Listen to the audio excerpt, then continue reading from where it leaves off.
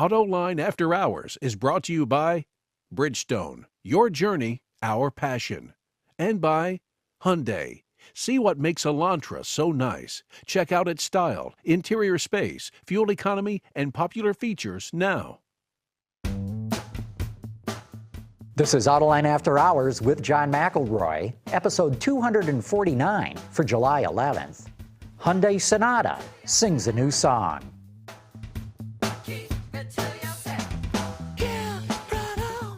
Watch AutoLine After Hours live at Autoline.tv every Thursday at 6 p.m. Eastern Time or 2200 GMT. You can subscribe to this podcast for free by searching for Autoline in iTunes, Stitcher, or by following the links on our website.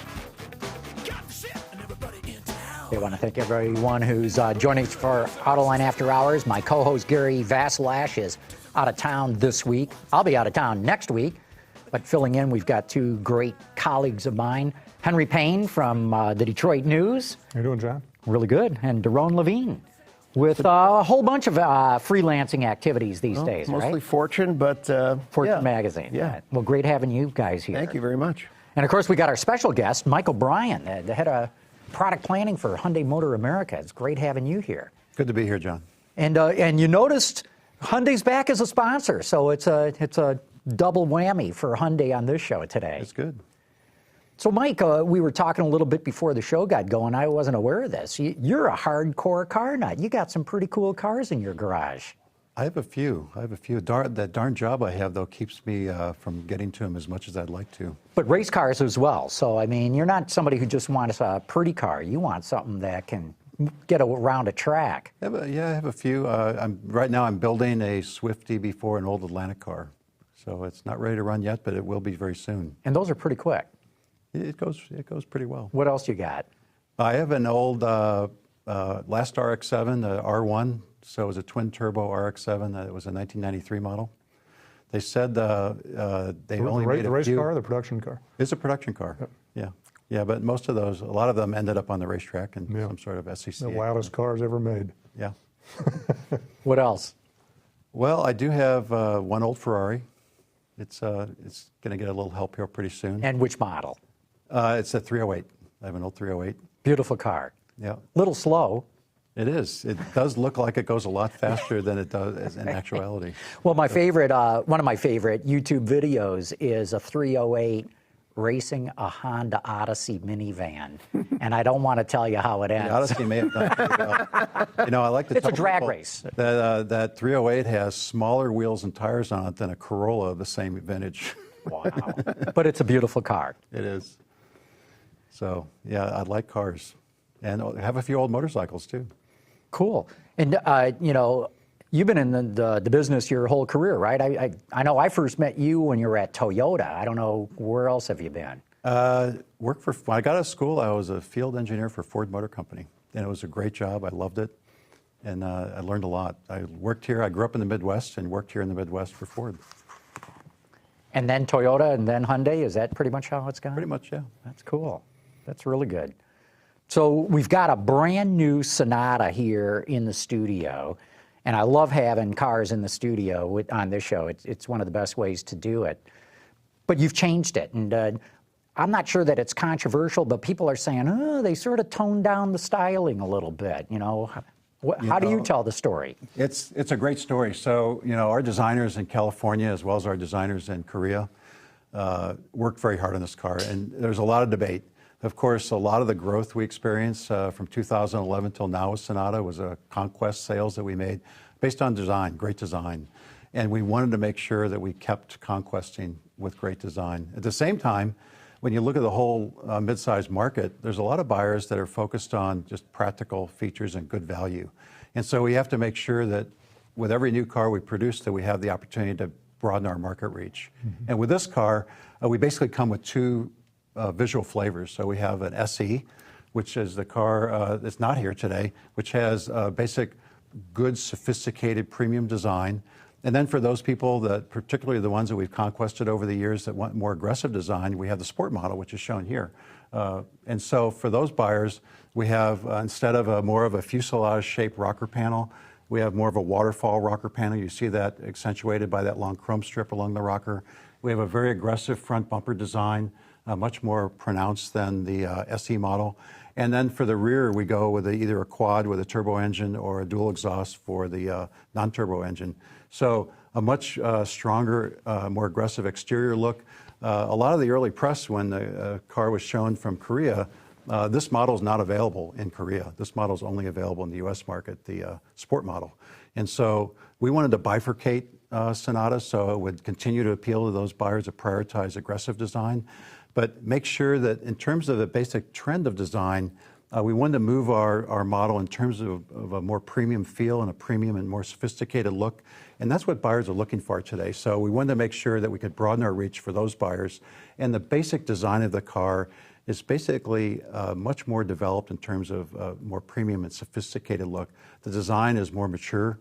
And I don't mean mature in the sense that you'd like your mom or dad to drive the car, but mature in the sense that there's a much higher level of precision in terms of the surfacing, in terms of the proportion and detailing of the car. And I think what we're hearing right now from our buyers that are the first buyers that are taking this car, as well as journalists, is that they're registering the car that way. Well, and Mike, one thing that struck me since the last Sonata came out, which really hit us all, is very dramatic and flowing in its styling, but it was a look at me design. I mean, it looked like that car felt like, you know, we're a solid company. We make good, reliable, economical cars.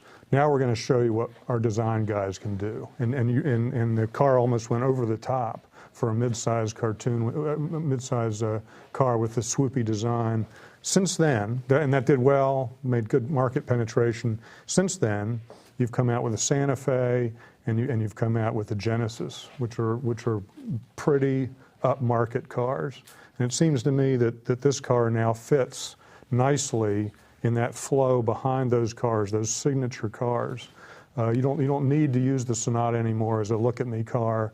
Now it can kind of fold in behind the Genesis and Santa Fe, take the family cues, and look like a more premium mid-size car. Is that correct? Is that how you guys look at it? So you can either look at it from a market research perspective or our designers' goals. So you start with our designers. They refer to this car as the car that you're invited back to the party with. And the first Sonata, or the last generation Sonata, was the car that got you in the door. So if you're wanting to get into that hot New York nightclub, that was the car that got you in the door. But this is the car that will get you back. So they think about this as being much more elevated in terms of sophistication and precision. From a market research perspective, we actually, early on in the development of this car, we were looking at both these directions, the SE direction, which is a more mainstream direction, as well as the Sport direction, which is the more aggressive one.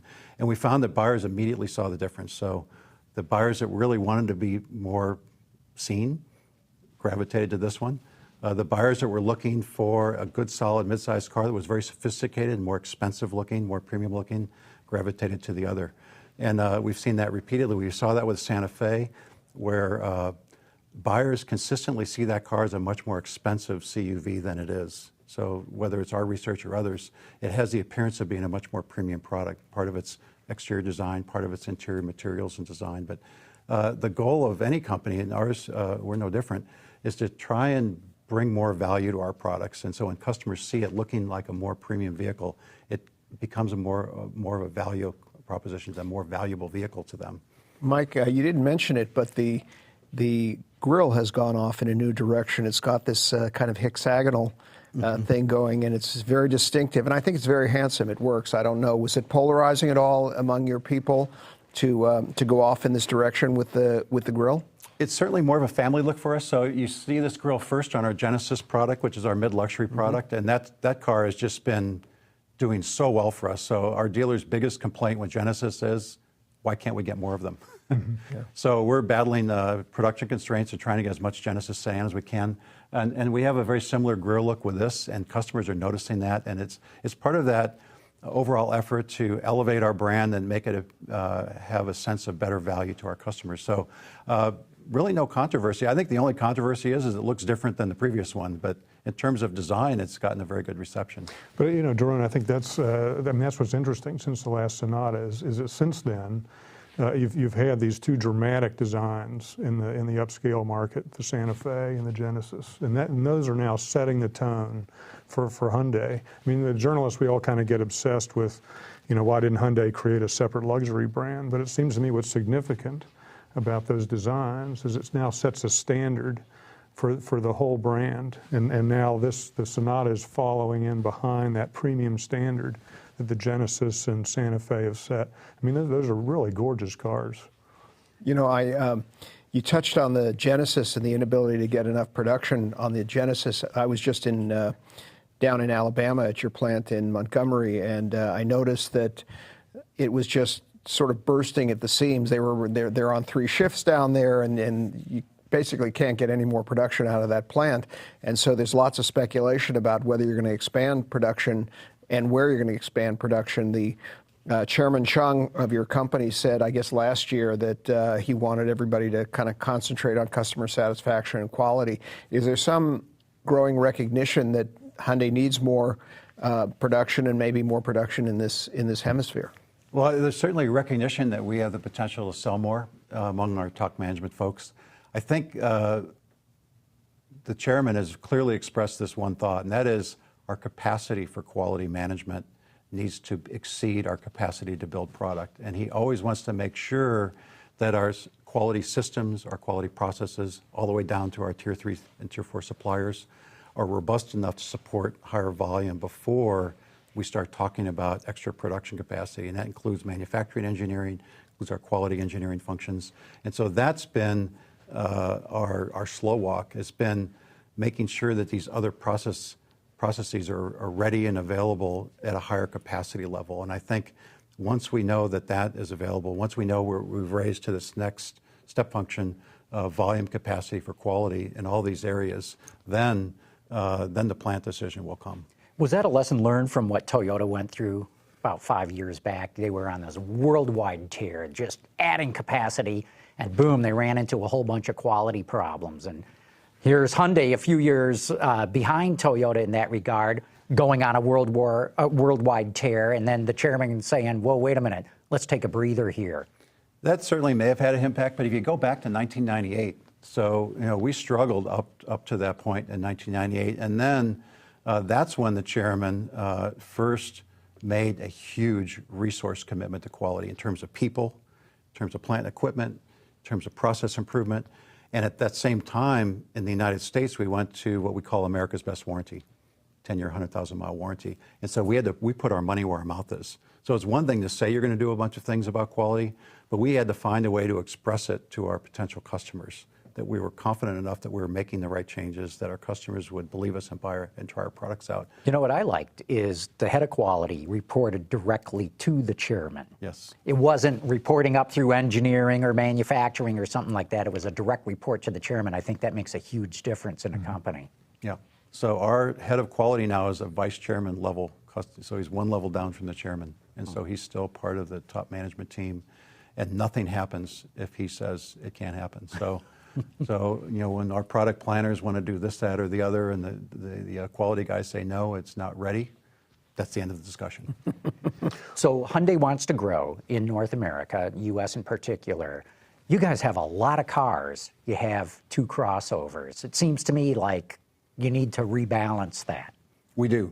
So Dave Zukowski, our president and CEO, has said many times that our area for growth, not only with the new car product cadence we have going now, so we're back to this product cadence of rapid fire new models one after another, but let's look at the light vehicle market in general. The market is still shifting over continuously towards more CUV.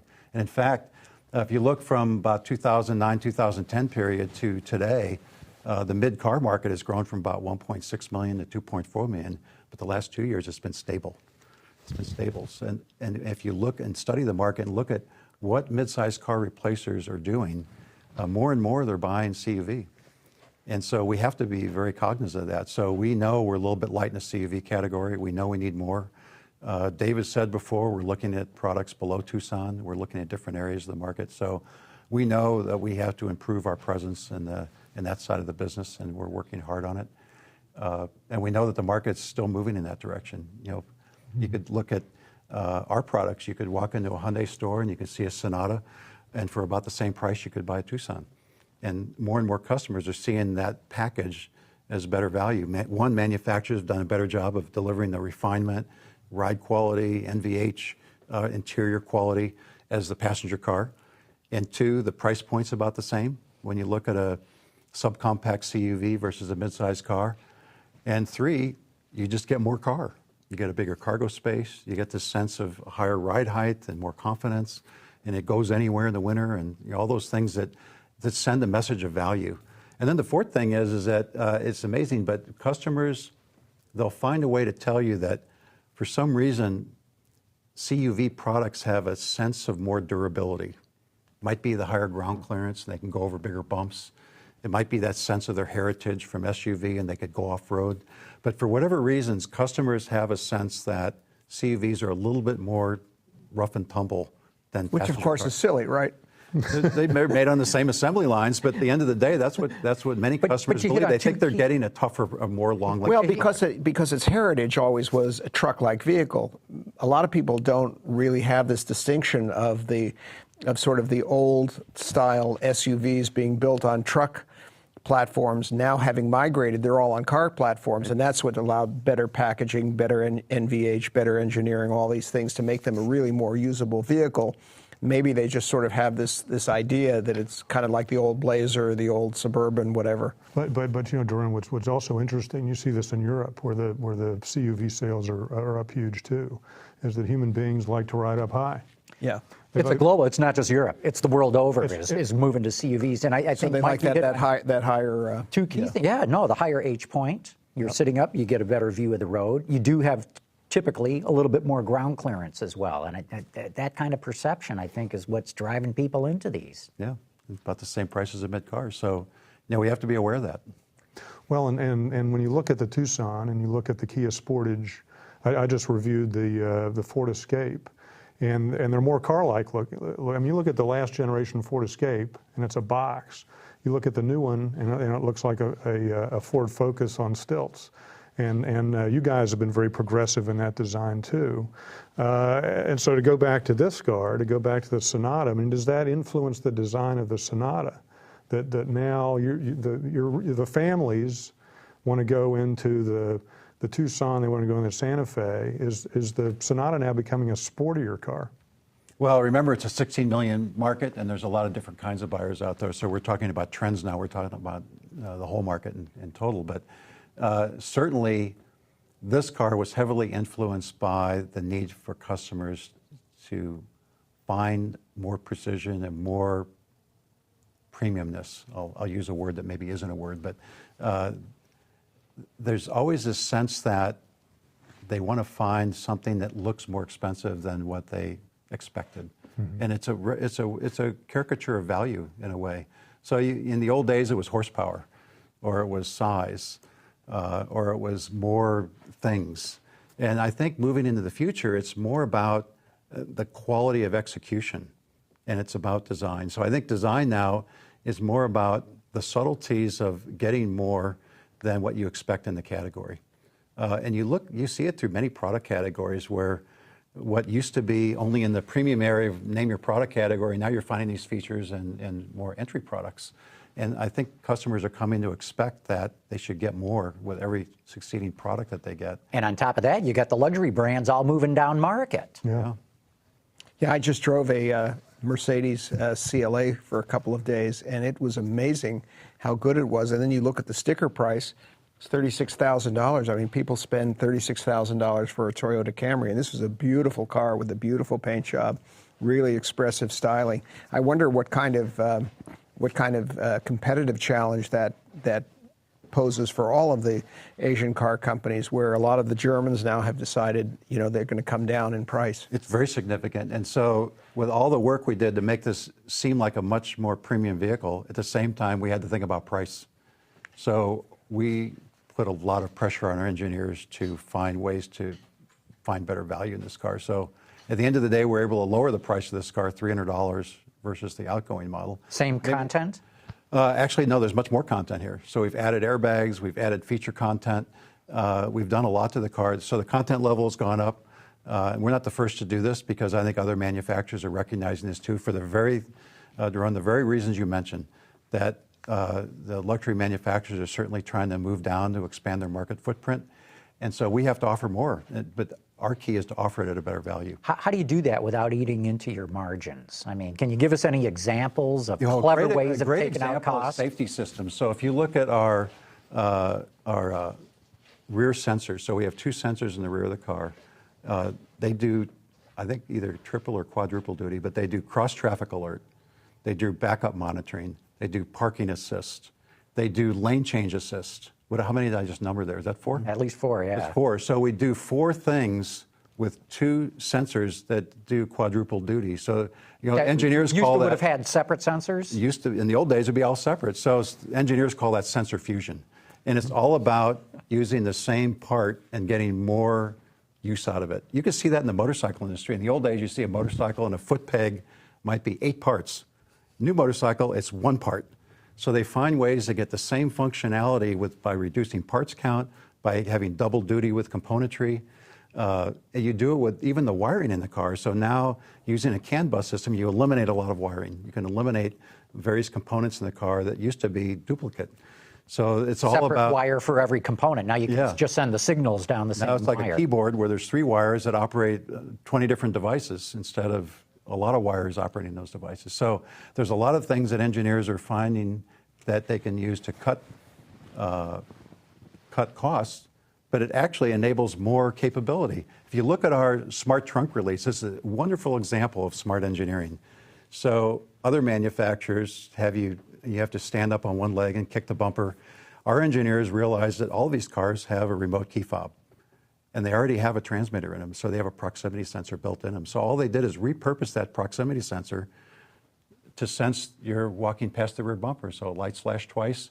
If you don't do anything, the trunk opens, and if you do something, if you don't want them to open, you just click the switch on the fob. Yeah. So it's using something that's already paid for, the customer's already paid for it, but finding an additional role for it. Is that on the Sonata as well as the Sonata Genesis? here, yeah, it has a smart truck sensor. So, Yeah.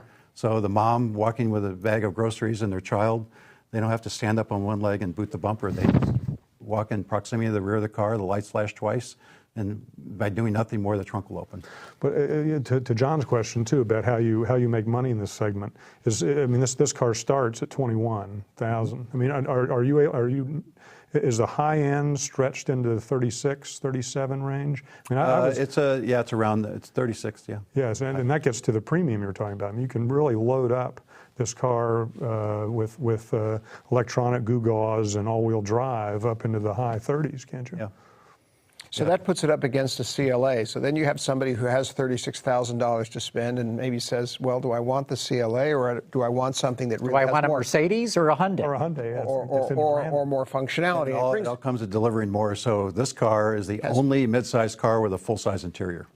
Right. CLA, let's be honest, yeah, It's small. It's difficult to get in that rear So seat. what it brings is prestige, and what I'm sort of getting up to is, can you now see that your brand is beginning to gain in prestige as time goes on and as people realize that it's more of a car than it once was? Is Hyundai? I think our company's a little shy, and I'll tell you why. Our dealers are complaining on Genesis right now, and they're complaining that we didn't order enough of the premium models. And so, we think of ourselves as a small company, and we are a very small company. No, you're not.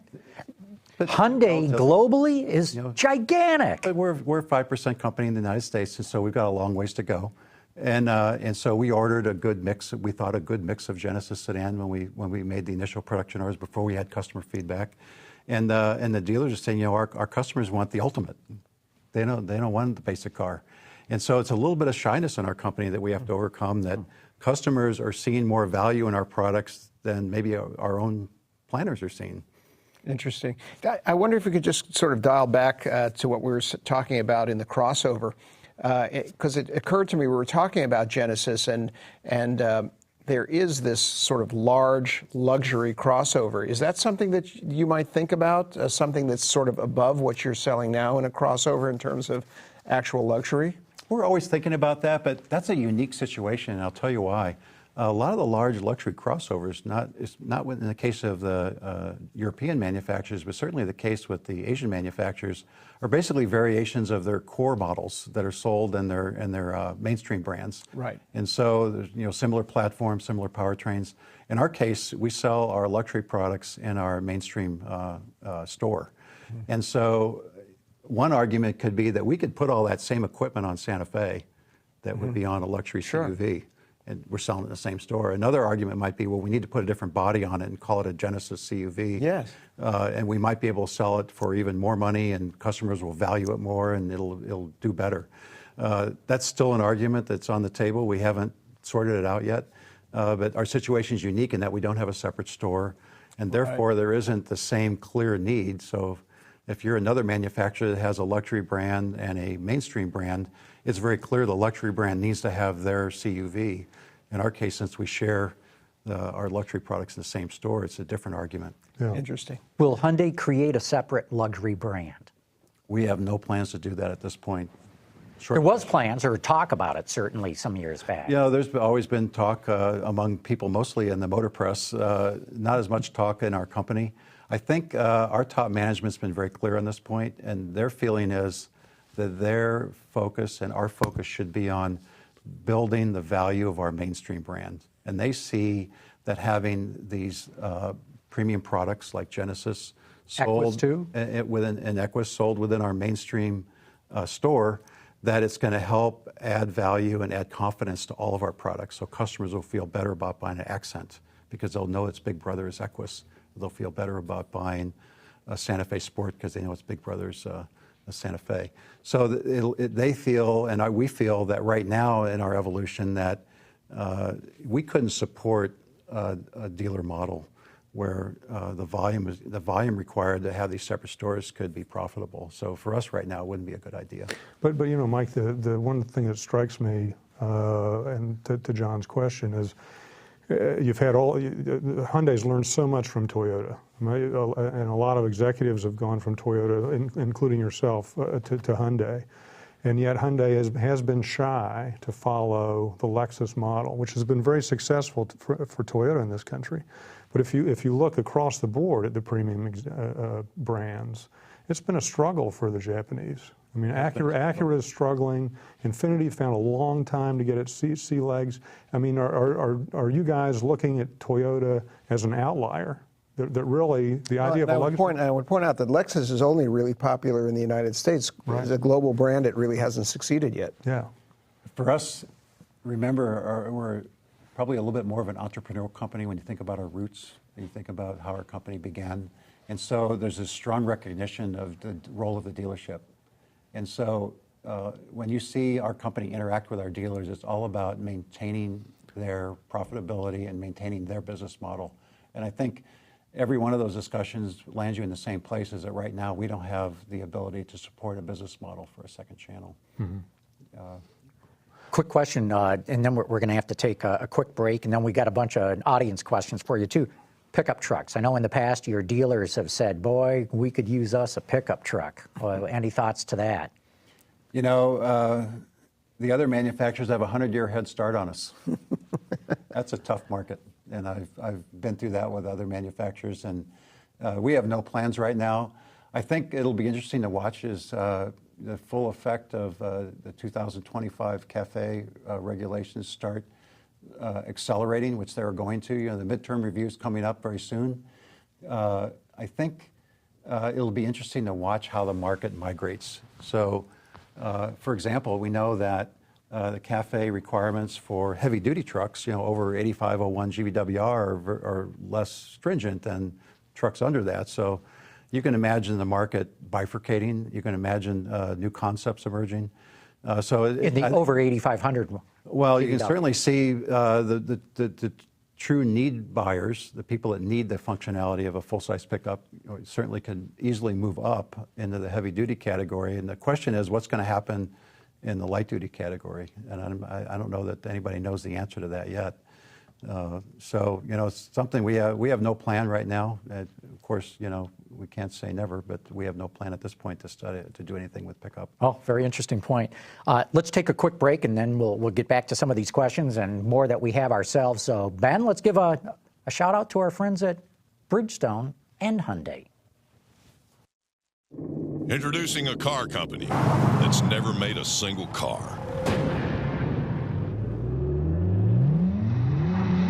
We took the power of a 9-year-old V8 and gave it the impressive handling of Firestone's Destination tire. Now, moms agree. Every milk run feels like a victory lap. So whatever you drive a Firestone.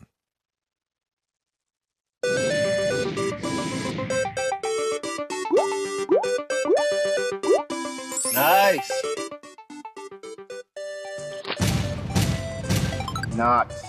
Nice. The new Elantra from Hyundai. Nice. You already know that you can listen to Autoline's Industry Insight in places like YouTube and Stitcher, but did you know that you can also listen to it live in your car? It's simple. Just pair your smartphone with your vehicle's Bluetooth connection or plug into the aux jack. Then navigate to Autoline.tv using your phone's browser. Find the show you want to hear and click play, just like you would on your computer. This is Autoline After Hours with John McElroy. It's that easy. Never be disconnected from Autoline's top-notch insider information with Autoline on the go. Okay, I got an iPad full of audience questions here, Mike. Let me shoot some at you here. Scott in Cleveland says, ultimately, who calls the shots in design, Korea or the U.S.? Yes. And he wants to know if the next Elantra design will be toned down, as he says it. So, like many manufacturers in the early stages of design, we have competitions. So we have a European studio. We have our studios in Korea. We have several studios in Korea, actually. And of course, we have our studios in Irvine, California. And generally, they'll compete like they do with other manufacturers. And so those designs win based on their own merits. Of course, there's always a theme that's chosen early on. And in terms of how, in words, how do we want to progress that car? Or if it's a new car, how we express it in the market. But in the end, it could be any of the studios. So I wouldn't say that there's concretely led here in the U.S. or concretely led in Korea. It's led by the best design. But this one came from your U.S. design, is that Yes. right? Mm-hmm. This is the winner. You're a racer. Speed Racer 2007 wants to know, would Hyundai ever enter NASCAR, Indy, or F1? Boy, I can't tell you that there's anything going on at this moment, or I'm not aware of anything going on, so we'll just have to wait and see on that one. Well, let me ask you on that, though, Mike. I mean, here you are pushing upscale, right? You're pushing premiums. To date, you've been satisfied to play in the rally world, or Subaru and other low-end. But now, as you push premium with this car, with the Genesis, I mean, you know about carbon fiber chassis. Wouldn't it benefit Genesis to get into, say, a Le Mans prototype or something of that nature? It could, but I think right now we're still getting our sea legs in the rally world, and so we've done okay. This is our first year in the last few, so I think we're still learning, and I think we'll probably collect some more experience in the rally world before we move on that. Hmm. Rally's a great place to go. Real exciting to watch. Very good for us because it really matches our products. It's been a big help for us globally. James L. says, hello, I'm a new Hyundai customer. Have always bought Volkswagen diesels. I love my 2014 Sonata, but miss the diesel engine. Can Hyundai please put a nice turbocharged diesel in their cars? Good question, or good request, I guess. So our company has globally a large selection of diesel powertrains. In fact, the Santa Fe Sport that we sell in the U.S., in Korea, which is about the same size market, is only sold as a diesel. So we have no technology reason why we can't sell diesel in the U.S. Really, for us, it's a matter of customer demand, and we're looking at that. So thank you for your comment. It's something we are studying. Yeah, so rustle up 40,000 of your friends and we'll talk about it. Maybe not quite that many, but a few. The diesel thing's very interesting to watch in the U.S. right now. It's really some brands are the German brands are doing well with them. Some brands are doing well with them, and others, the domestic brands, not so much. It's a different situation in Europe than the U.S. In Europe, fuel taxes favor diesel. And so there's an advantage there, so the fuel prices are lower. Here in the United States, generally diesel, I think, is a little bit more than gasoline in the last couple of years. So the other side of the coin is that gasoline technology is getting more and more efficient. So with gasoline direct injection, better heat management, turbocharging and downsizing, there's a convergence going on. So the fuel economy capability of gasoline is now starting to approach diesel. So it's the benefit is becoming a little bit smaller than it was in the past. But nonetheless, it's something we are looking at. I think that a real hurdle is ignorance. A lot of us in the press and in the industry have driven diesels and know how good they are. I think if you really go out and talk to people on the street and ask them about diesel, they may have an opinion, but very few of them have actually driven a diesel. So if you could get more people in it, I think you would probably open some minds. That's right. Dr. Botox wrote in to say, and I was not aware of, Hyundai Kia outsold General Motors in Canada in June. He wants to know, do you think that Hyundai Kia will be able to outsell GM for the whole year in Canada? Kia is a separate company, and they're a competitor of ours. So you don't want to say anything good about them. I can only speak to Hyundai. Speaking of that, JM1NB says Hyundai and Kia are known to be two competitors under one roof. Is there something you're especially proud of having pulled off compared to your not twin? Veloster is a great example of a product that has been studied in the market, and it's defied all logic. So generally, when you look at the coupe market, it's like a bottle rocket. It shoots up in the air and it comes back down in terms of volume, and you get maybe a couple of years worth of volume out of them, and then you're struggling. And that product now is on its third year. Its sales are still great. Better every year? We've continued, it's been steady. So we've done very well with it. It's right about the 37,000 unit range, which for that market, it's outselling Mini. Wow. It's outselling Scion TC. Brands that are well entrenched were outselling with that product. And that's your rally car. Yeah. It still pops on the street, too. When you see it, it still turns my head. So that was a product that, another car company could have wanted down the street. Let's see, one more question for you, Mike, and then we'll get to some of the news going on in the business. Rivero Notario tweeted in saying, was the Sonata toned down because of China? He says, look at their Mistra out in 2013. I'm not sure what the Mistra is. So I'm going to debate the tone down thing. So I've heard that. And, I'll actually reflect on we just had a big event where we invited a bunch of folks in the media to look at the car. It wasn't a couple of weeks ago. And a couple of things. One is a large number of folks said, the pictures we saw didn't match the car that we saw in person. So I would ask that you should look at the car in person. That's the first thing. But the second thing is, I think design is evolving. And instead of the see-me design ethic that maybe was a bit more prominent with our previous Sonata, now this is a design ethic of valuable and sophisticated. It's a different ethic. It's not a toned-down ethic. So, maybe in the old days, the biggest diamond was the best. And maybe in the future, the best cut of a diamond is better. You want the best clarity instead of the biggest. Nice way to put it. Hey, why don't we transition a bit here, because there's some of the news I've been dying to ask you guys about, and Mike, stick around because we'll still get to some other questions later in the show. But Henry and Daron, I don't know if you guys saw this report that came out from AlixPartners. This is, for anybody who's not familiar with it, it's a consultancy that specializes in turning around distressed companies and has done a lot of business in automotive. They're predicting a recession in 2017 and a 1 million unit drop-off in car sales that year. Just wondered what you all thought about it. Obviously, these kinds of predictions are based on formulas. They're based on opinions. They're based on licking your finger and putting it out in the wind and seeing what happens. But you hear a lot in the markets right now that the markets are kind of toppy. I think that it's important to remember that we had a broad, deep, worldwide financial collapse in 2008, 2009.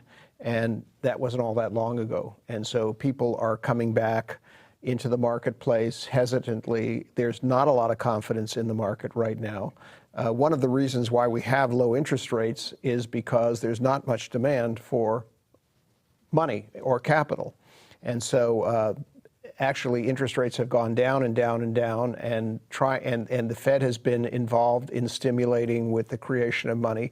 So all of that indicates a fairly weak economic climate. We had, I guess, in the first quarter, negative economic growth in the United States. So there was a big collapse, and we're still recovering from it. So I wouldn't say a prediction like that is off the wall at all. I mean, to that point, I mean, that first quarter was really a shock to a lot of people. The biggest economy on the planet retracted.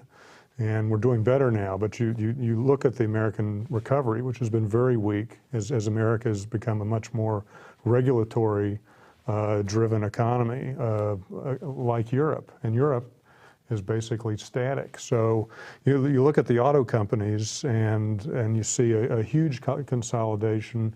But I see the other thing I think is really important that's going on in this industry right now is a recognition that you have to stick with your core. I mean, Ford has done that very well.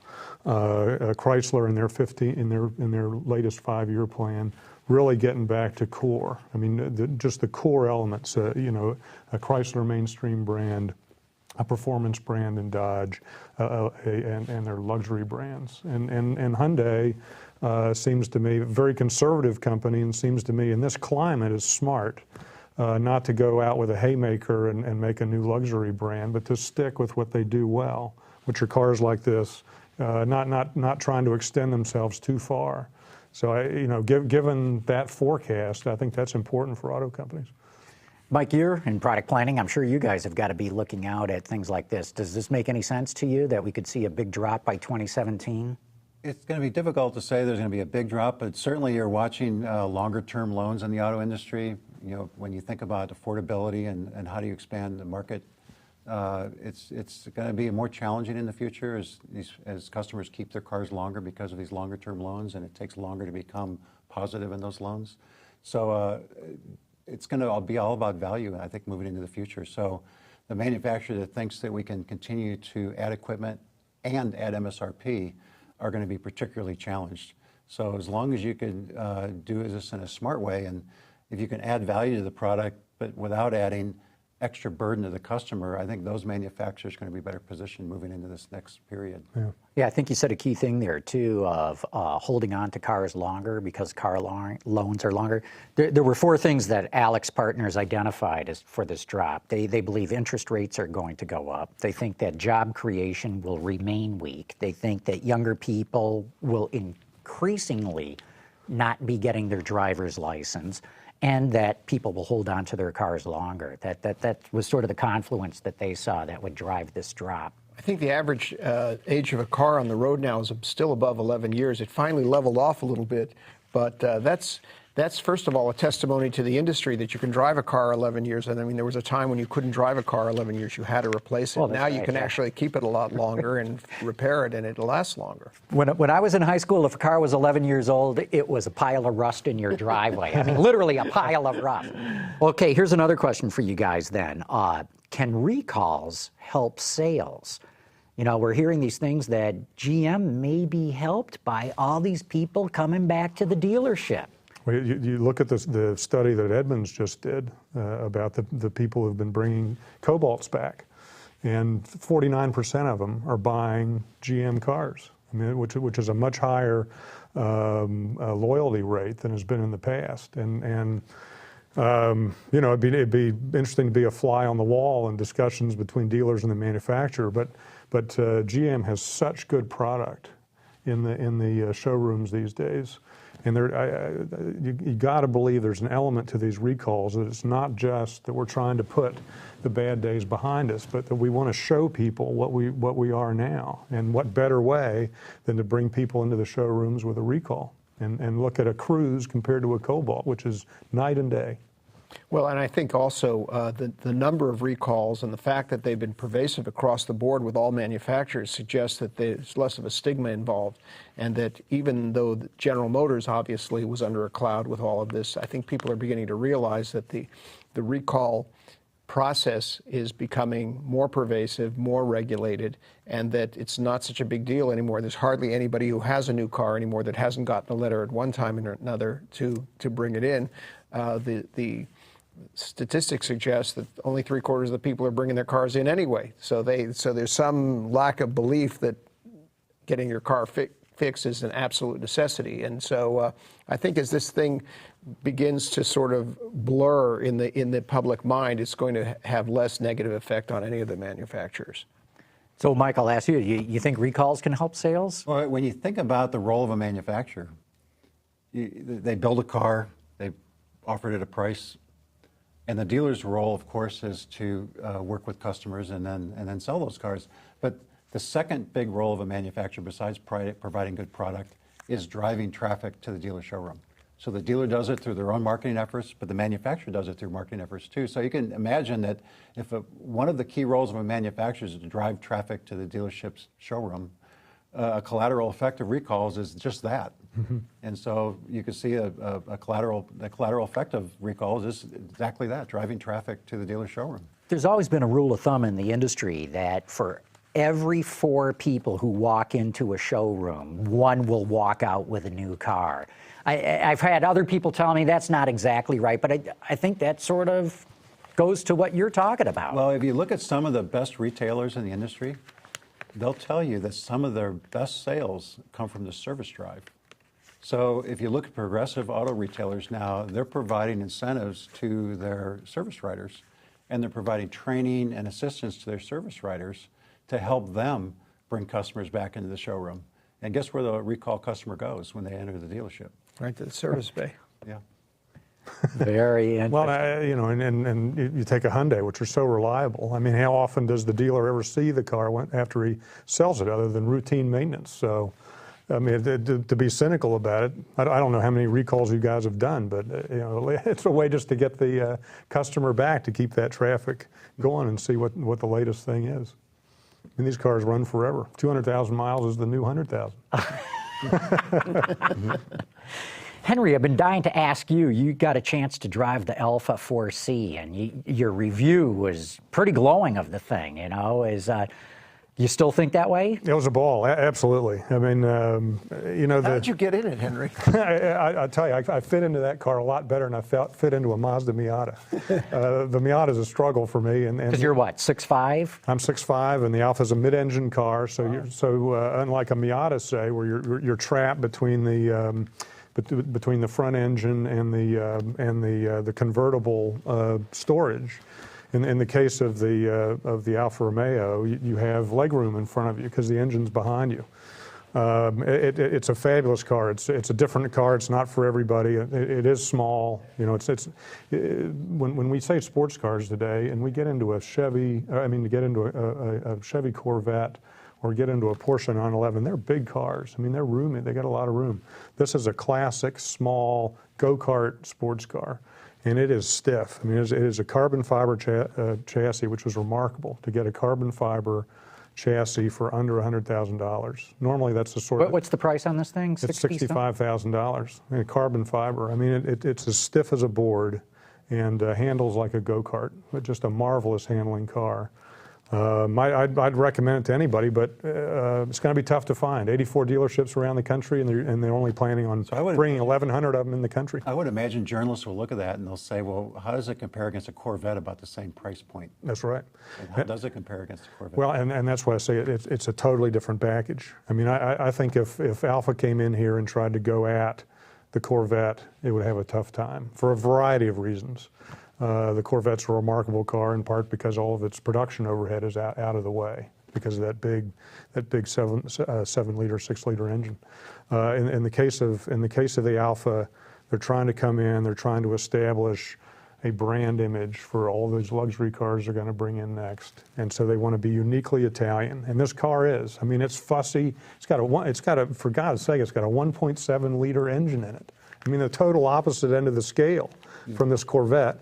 And then they wind its head off with a turbo and get 240 horsepower out of little over 1.5 liters. So a totally different package, and really a fun car for somebody who's looking for something different than the 30,000 Corvettes that are sold every year. Well, and it's critical for Chrysler Fiat for Fiat Chrysler to get this brand out there, because we've had a couple of delays already. They need to have a luxury brand in the United States, which they don't have, and a luxury brand worldwide.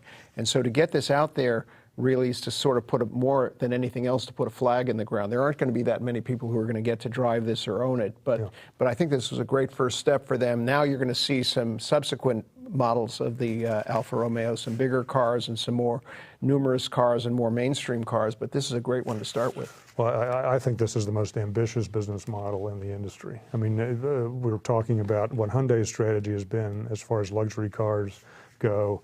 Alfa wants to come into this market and sell 150,000 luxury cars in 5 years with a full 8-car lineup of luxury cars. I mean, you talk about ambitious. Oh yeah. I can't think of a more ambitious and plan. the key is really going to be whether the markets give Marchionne the capital to do that, because he really doesn't have the capital at this point. It's a question of whether everybody likes it enough to go and buy the bonds and buy the stock, and if they do, he may bring it off. One last quick question. You mentioned 84 dealers, but my understanding those are mostly not Fiat dealers, right? And I thought Fiat dealers were going to get those cars. They're combined. It's They're combined? combining Fiat and Alfa. Yeah. So finally, those Fiat guys have been stranded with 500s and variations Okay, of 500s. then I stand corrected. Now they Okay. get an Yeah, Alfa. but most of the Fiat guys, many of them took it because they wanted the Alfa. Yeah. Of course they did. Sure they did. That was the lure. And the 8 models that are supposed to come in behind it. I mean, that's because I don't think those guys are going to make a lot of money on Fiat, but they'll make a lot of money on Alfa. Okay, enough of the news. You know, we've changed the show up a little bit. We used to do rapid fire a little bit differently. Now we're going to do rapid fire of all of us asking each other questions for the rest of the show. And I apologize to the rest of the audience who sent in a bunch more questions to Mike. We don't have time to get to that. Maybe I'll give them to him and he can take a look at them later. But let's start off with a rapid fire. And Daron, you're eager and raring to go there. You fire away. I want to know what year we'll first see a fully autonomous car on the road. Fully autonomous. I think I have to ask a lawyer that question. So already cars have so much of the technology that allows them to have elements of autonomous driving, lane keep, smart cruise control to a full stop. You know, this car can do that, and Genesis has lane keep. So many of the technologies are already there, but the NHTSA has now gone the extra step of having this car-to-car and car-to-ground communication protocol, which will allow even more sophisticated capability. But that's still going to be years away, probably into the next decade. Year we'll first see the fully autonomous car on the road. I'm going to say 2020. Okay. You look at the regulatory apparatus in NHTSA, and it is intense. And most people think that's why this is a hard sell. I think this dovetails perfectly with Washington's desire for a green car. And the autonomous car dovetails nicely, so the regulators are going to go easy on it, beginning with California. That's a very good point, because the end game, when every car is autonomous capable, you don't have to worry so much about safety. That's right. So now you could do tremendous lightweighting when you think about structure and safety equipment. Presuming these cars are bulletproof in terms of their capability, you don't have to worry about them hitting something. I believe this is the main reason for doing autonomous, is to save lives. Yeah. Okay. Next question, because it's rapid fire. Okay. Big news today. I'll point at you on this one, Mike, is that UAW is creating a local in Chattanooga to try to unionize the VW plant. Do you see locals coming into the Hyundai and Kia plants in Georgia? Well, our company, I work for our headquarters in California, so we have a separate, our plant operations are separate, but I have not heard of any indication of that. Our goal, I know from talking to our plant folks, is always to do our very best in terms of taking care of our plant folks, as well as our folks in California and other places around the country. So that should just speak on its own merit. How about you, Drone? You think this is the start of a trend? Well, I was impressed. I heard the same bulletin that you did today, and I thought about it. And this is really after the failure of the UAW to organize the plant, the VW plant in Chattanooga. This one is going to be voluntary, so it really puts the responsibility on the local union to deliver something for the union dues. And when you're on that basis, they may actually have to do that if they prove to be good bargaining agents, if they prove to be cooperative, if they prove to be helpful to VW, then I think that it could start a trend if they're successful. I don't think it has a chance. I don't think it'll spread. I've been watching the union trying to organize the transplant since 1982. When did Honda start? Something like that, 82, 84, and they've not been able to do it. Tried hard in Alabama. Didn't work. It just Well, hasn't the interesting part will be the vote failed by only a couple of votes. So will nearly half the plant workforce go and join this place voluntarily, knowing that they can't bargain on behalf of the whole workforce. If they're that dedicated to the idea. Why pay dues? You'll for have an to organization absolutely. that can help you. So what do you get for it? That's why I'm saying it's not going to catch on. It's not going to So spread. what's the value proposition for the union? That's the big question. Right. Okay, I got a question for you guys. Toyota sells more Avalons every month than all the Scion models put together. So the question is this youth brand idea overblown, or did they just do a bad job with Scion? Henry? I think it's overblown. I think today you see so many cars coming in at the low end of the market that are really good, and beginning with the Detroit guys. That used to be an Asian, German end of the market. I mean, if you're young, why wouldn't you buy a Chevy Spark instead of having to go to a whole new and different brand like a Scion? Ron, what do you think? I think Toyota has succeeded in many things. Scion wasn't one of them. Mike, is a youth brand right, or did they just not do the job right? The question is, do you need a youth brand to sell to young buyers? That's the real question, and I think the answer is not necessarily. I think some of the youngest buyers, or some of the cars that have the youngest buyers in the market, are not youth brands per se. They're just mainstream brands that have products that appeal to young buyers. So the question is, do they need a youth brand? And maybe not. Daron, next question. Okay, so will VW pass Toyota as the #1 automaker worldwide? Will VW be #1? How do you measure it? Volume, revenue, profit? Unit sales. Is VW going to make it as #1? I'll say no for now. I'll say no. No. Henry, your question. All right, Tesla. Tesla's been the apple in everybody's eye lately. Is Tesla a bubble? Yes. Yes.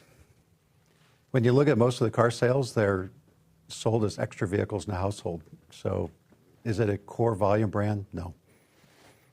I think in particular the stock is a bubble, and it's very vulnerable to any kind of pullback in the market. I think it's going to get clobbered. Mike, you got any questions for us? Yeah, I'd like to. What do you think about the EPA midterm review coming up? So there's two key assumptions that goes into the EPA fuel economy ratings for 2025. Was it 54.5? Is that what it is?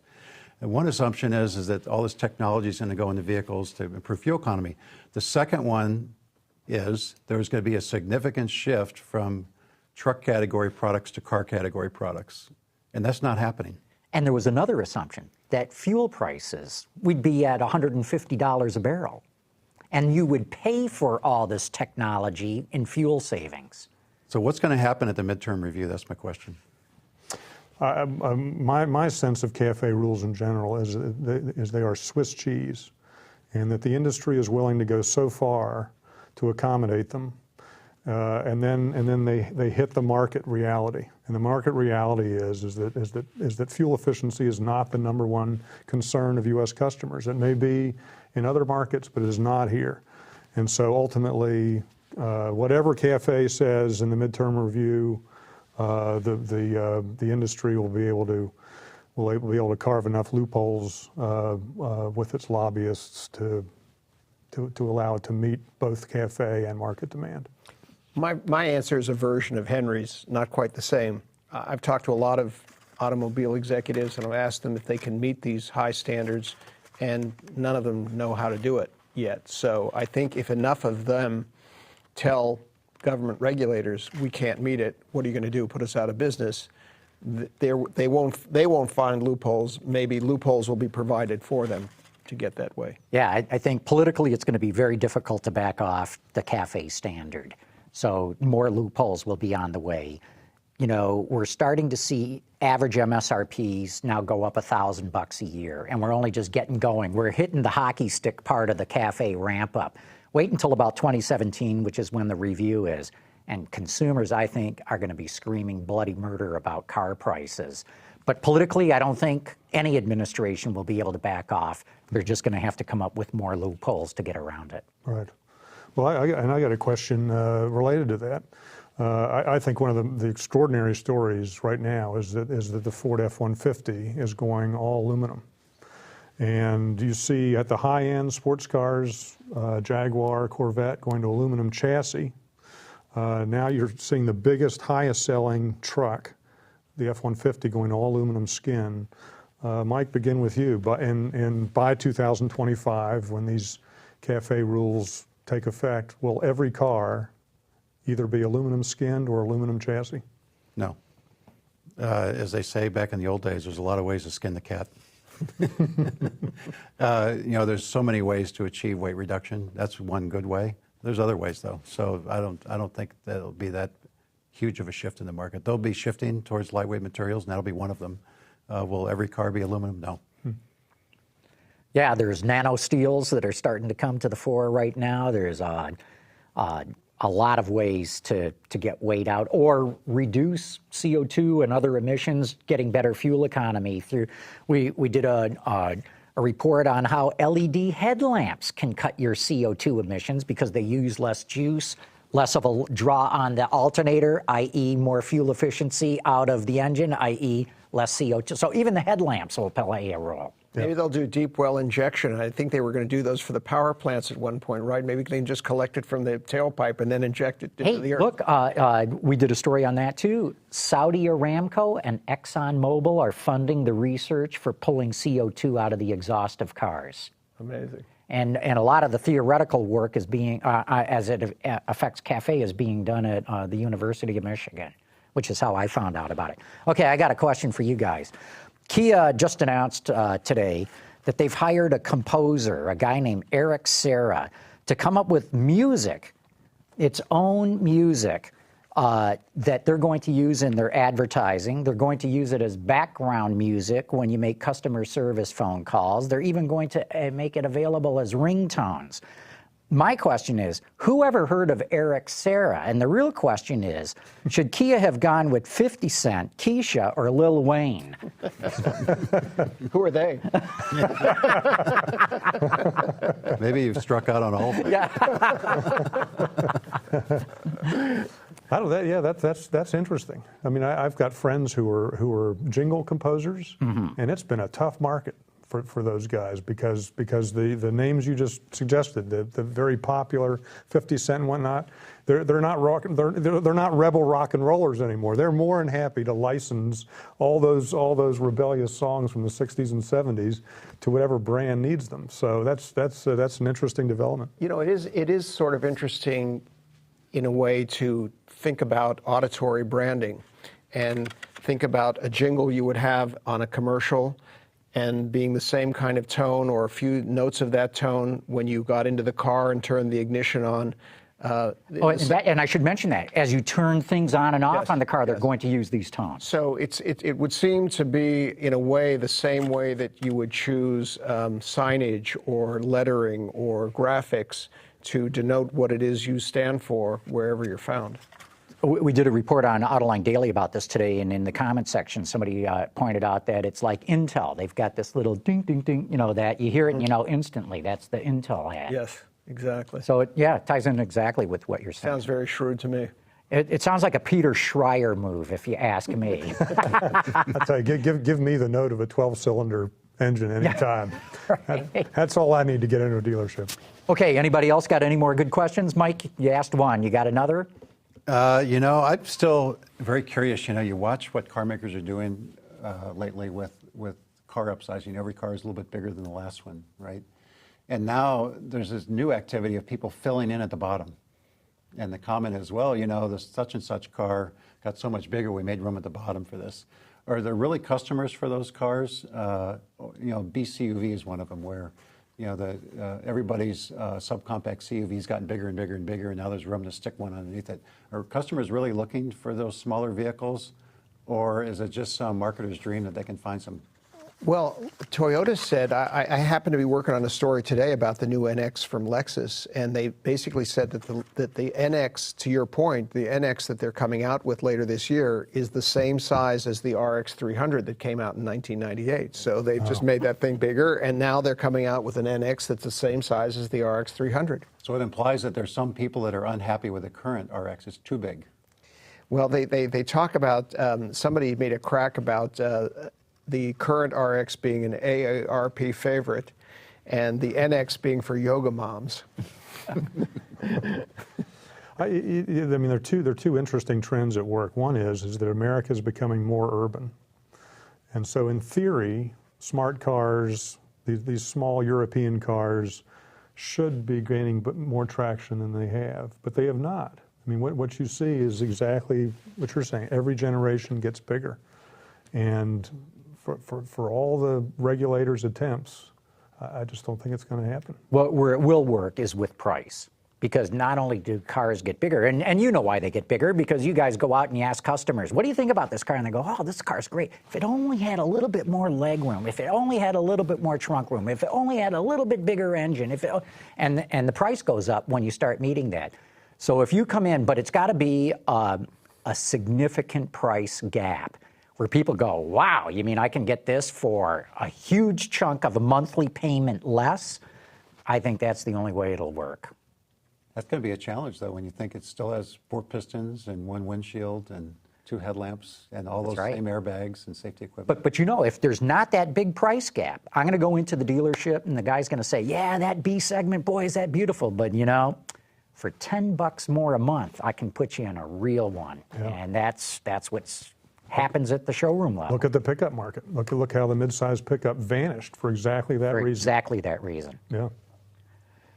Hey, real good. I think we've gone through a whole bunch of topics here, and we've burned up more than an hour on this show, so it's probably a good time to wrap this up. But let me start out by saying, Mike O'Brien, thanks so much for coming in. It's been great having you here, and thanks so much for bringing a Sonata in the studio with you. Thanks for having us here. It's been a great day, and we're just now launching this product, so hopefully it'll do very well. We're going to do everything we can to help it along, and I appreciate the chance to come in. Cool. Mike, bring that Formula Atlantic you're working on next time. Yeah, next time we'll talk about that one. I'll send you a picture today. All right. Thanks very much. Really appreciate the Daron Levine, always great to have you. Henry Payne, thanks, great guys. to have you here too. And Good job. Want to thank all of you for having tuned in. AutoLine After Hours is brought to you by Bridgestone, your journey, our passion. And by Hyundai. See what makes Elantra so nice. Check out its style, interior space, fuel economy, and popular features now. Visit our website, Autoline.tv, where you can watch us live Thursday nights at 6 p.m. Eastern. Get your daily news fix with Autoline Daily and in-depth analysis and interviews with Autoline This Week. There's all that and much more at Autoline.tv.